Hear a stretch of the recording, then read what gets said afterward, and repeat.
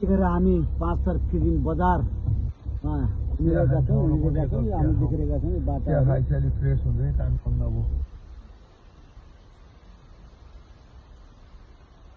film बजार नेताजी हुनुहुन्छ नेताजी तपाईँलाई कस्तो फिल भइरहेको थियो फिल्म बजारमा आनन्दले घुम्दै गर्दा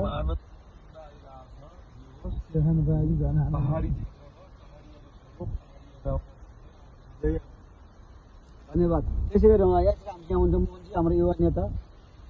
रमाइलो भइरहेको रमाइलो भएको थियो रक्सी कति खानु तपाईँले यात्रामा